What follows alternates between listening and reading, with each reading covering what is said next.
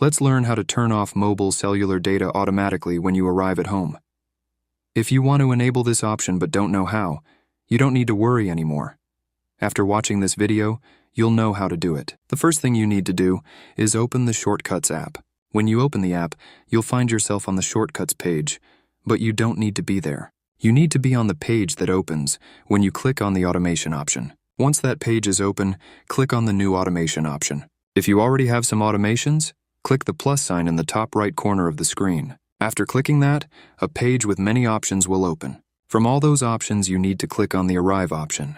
After clicking that, a page with several options will open. From those options, you need to click on the Choose option next to the location text. If you're currently at home, click on Current Location.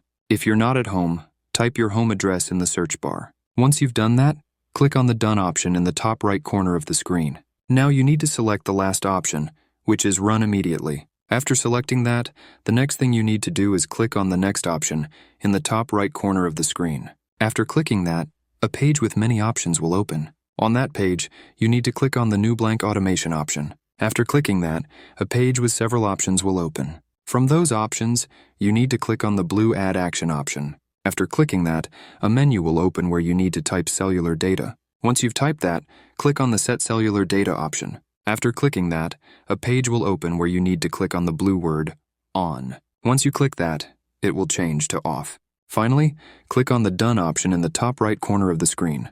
That's it! You've successfully enabled the option to turn off mobile data when you arrive home. That was the tutorial on how to set mobile data to turn off automatically. So, thanks for watching. See you in the next video.